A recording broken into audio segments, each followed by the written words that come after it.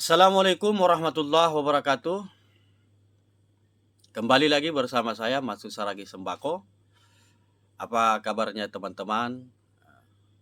Saya doakan semoga panjang umur, sehat selalu, dan dimudahkan rezekinya. Amin. Di video kali ini saya akan cerita pengalaman awal saya membuka toko sembako, dan ini terkait dengan pertanyaan teman kita Desi Yusnita dan Cahaya Islam. Pertanyaannya, Bang, berapa sih modal awal Abang membuka sembako? Pertanyaan kedua, Bun, cerita dong awal buka sembako itu seperti apa? Jadi saya di sini menjadi bunda ya. Tapi nggak apa-apa, it's okay. Terima kasih atas pertanyaan teman-teman semua. Dahulu saya itu sebenarnya tidak ada kepikiran untuk membuka toko sembako. Jadi bisa dikatakan saya membuka ini terpaksa lah begitu. Karena memang ketika saya selesai kuliah, cita-cita saya itu pingin kerja di perkantoran. Dulu sempat melamar CPNS di Medan di Peralihan Tinggi Agama Islam, cuma nggak lulus. Karena yang mendaftar itu sangat luar biasa ya, dan saya tidak pernah membayangkan terjadinya seperti itu. Jadi yang mendaftar CPNS berkisar 20.000 lebih orang, dan tempatnya di lapangan bola. Kemudian saya melamar lagi di Kota Tebing Tinggi untuk menjadi guru, dan itu sangat menyedihkan bagi saya kalau saya mengingat itu. Waktu saya memasukkan berkas, kemudian dicek oleh panitia, kemudian dilihat berkas saya ada yang kurang satu, akta 4, dan langsung ditolak berkas saya. Ini berkasnya tidak lengkap katanya. Ya, terakhir saya pulang, kemudian saya kerja-kerja harian lah. Sempat saya itu kerja mencari buah pinang. Saya juga pernah mengerjakan mencari berondolan kalau di sini ya. 1 tahun lebih di situ saya seperti itu kan. Jadi saya ya minta tolong sama orang tua kan, awalnya dikasih modal lah. Dikasih modal berkisar 4 juta. Dan saya pertama kali jualan itu tidak seperti ini ya, sembako ini, tapi jual gross untuk jilbab itu, gross mainan kunci. Berangkatlah saya ke Medan belanja gross mainan jilbab, kemudian kaos kaki untuk peralatan anak-anak sekolah dia. Ya cuma nggak berjalan karena nggak laku ya.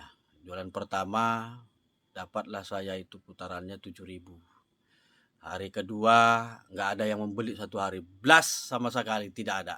Jadi hari ketiga saya ingat itu betul, dapat juga 7.000 gitu. Ya, akhir tutup lah. Jadi saya nggak menyerah. Jadi yang kedua kali saya buka, itu saya minjam sama orang tua, karena yang pertama dikasih modal 4 juta dan itu tidak berhasil. Jadi saya pinjam 1 juta. Kebetulan saya tanya, ada sales yang masuk kemari. Saya tanya dan harganya cocok. Saya belanjakan, habislah dia berkisar 900.000. Kemudian ada yang minta, tetangga kita, karena dulu saya itu khusus untuk jajanan saja, belum ada sabunnya, belum ada minyak, belum ada gula, belum ada yang lain-lain. Jadi ada yang minta, sediakan sabun katanya, sediakan yang barang-barang sembako yang lainnya. Nah, dari hasil putaran uang tadi itu ya ada uang 150.000. Itu langsung saya putarkan atau saya belanjakan ke barang-barang yang diminta tadi itu. Waktu itu saya masih belanja di daerah kita ini lebih kurang ada 3 kilometer dari tempat kita ya. Ada 2 grosir di sana yang berhadapan-hadapan dia. Jadi saya belanjakan sabun, ya belanjanya pun tidak banyak-banyak ya. Sabunnya 6, kemudian odolnya 6, sikat giginya 6, ya gulanya 5 kilo. Nah itu saya belanjakan. Saya tambahi item yang ada di kedai saya waktu itu. Nah mulai dari situlah. Terus ada lagi uang, saya tetap belanja gitu loh. Dari yang 150 ada uang saya belanjakan. Kemudian ada keuntungannya, dapat uang 1 minggu 250.000, saya belanjakan terus.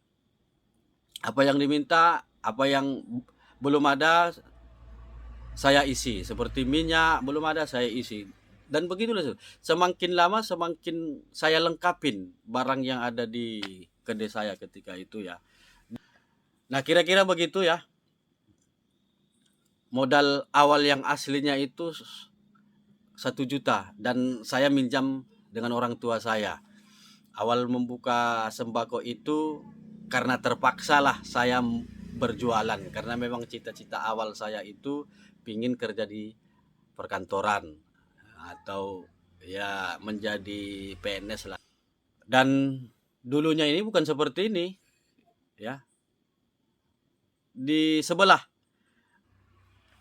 nanti kita lihat videonya ya.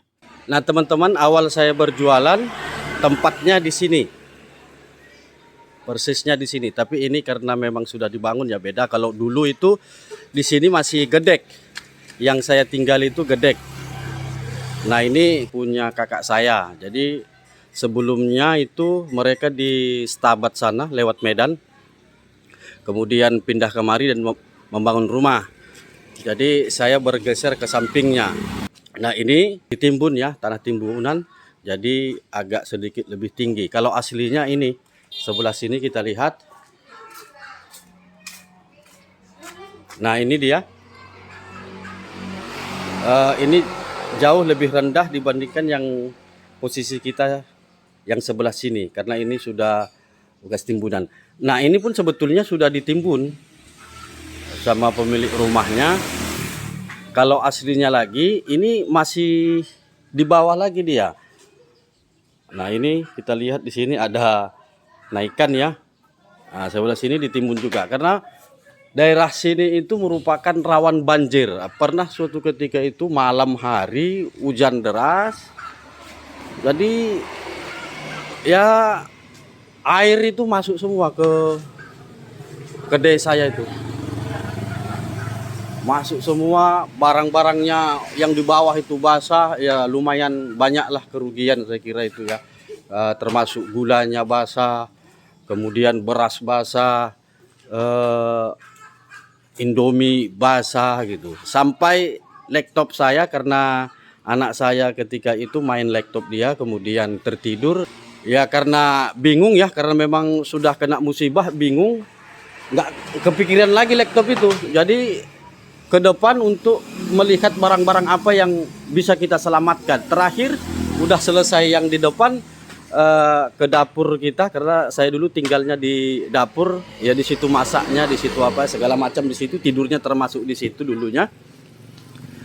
Laptop itu baru kepikiran, baru sadar laptop ya dilihat sudah tergenang air. Jadi dikeringkan, dihidupkan lagi, sudah nggak bisa, udah hang dia, udah rusak. Nah itulah keluh ya, keluh kesah ketika berjualan dulu. Ya, begitulah. Kalau diingat sedih ya, karena banyak barang kita yang rusak, seperti sabun, gula, beras, Indomie gitu kan. Mau dipakai tak bisa, mau dijual pun tak laku kan begitu, karena memang barangnya rusak. Tapi ya udahlah saya kira gitu kan, karena memang juga musibah, tempatnya juga seperti itu kan begitu. Dan itu justru membuat saya bangkit karena memikirkan kerugiannya tadi itu. Jadi saya semakin semangat gitu.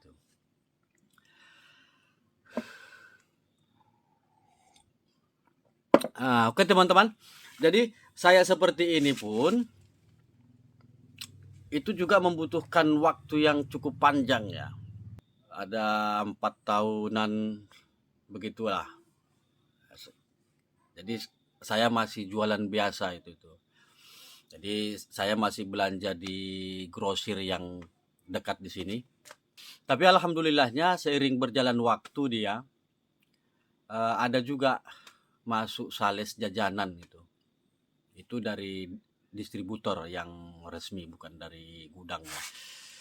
Ada gudang pribadi, ada distributor dia yang memegang barang itu. Jadi masuk dia.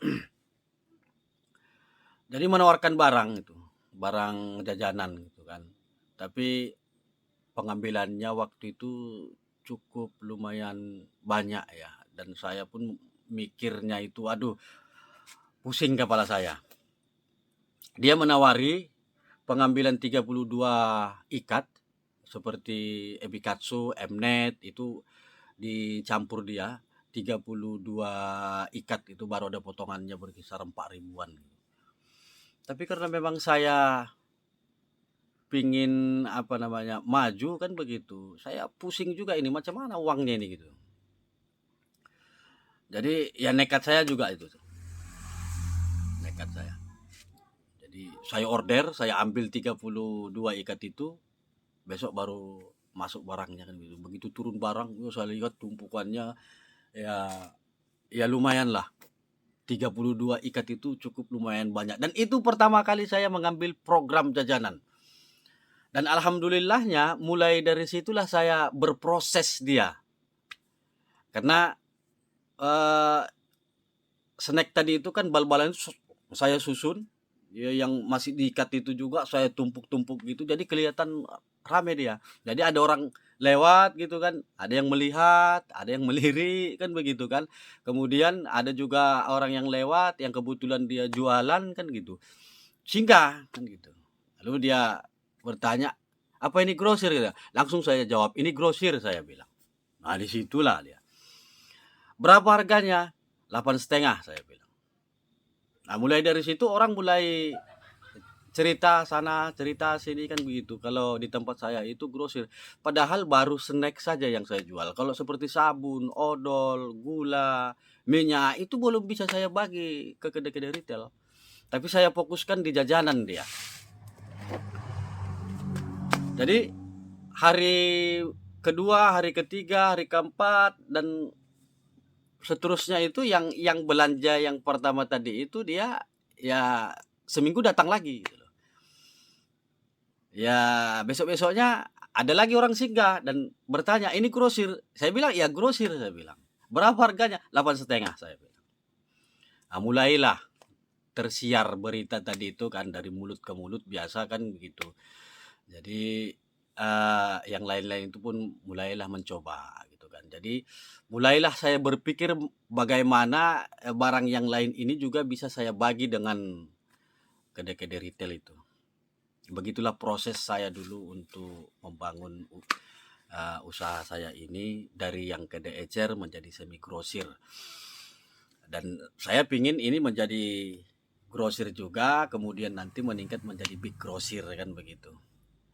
Kalau sudah big grosir, mudah-mudahan kita bisa membagi kepada semi grosir tadi itu.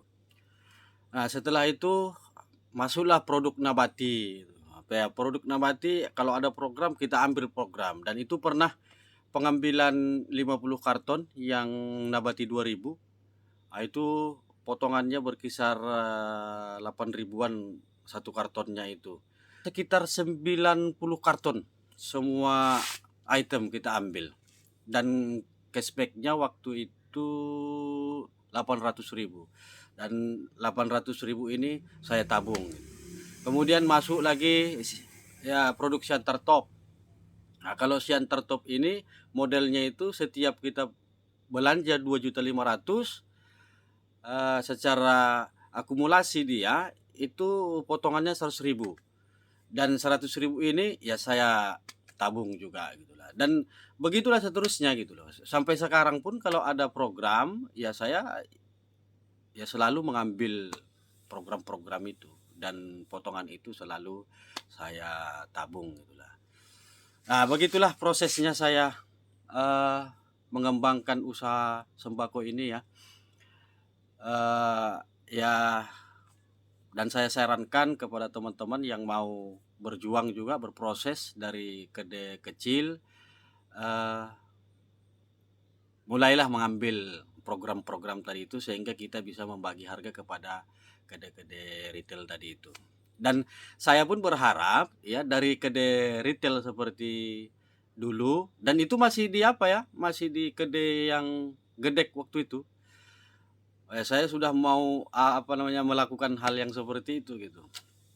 Jadi ya silakan saja diambil program-program ini sehingga kita bisa berbagi harga dengan kedai-kedai retail.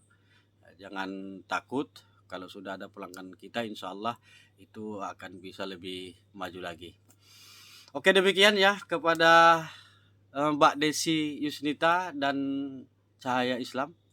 Mudah-mudahan puas dengan jawaban dan penjelasan saya. Ya, saya ucapkan terima kasih kepada teman-teman yang sudah menonton video kami. Jangan lupa like, komen, dan subscribe bagi yang belum subscribe. Dan saya akhiri, wassalamualaikum warahmatullahi wabarakatuh. Sampai ketemu di video berikutnya. Thank you.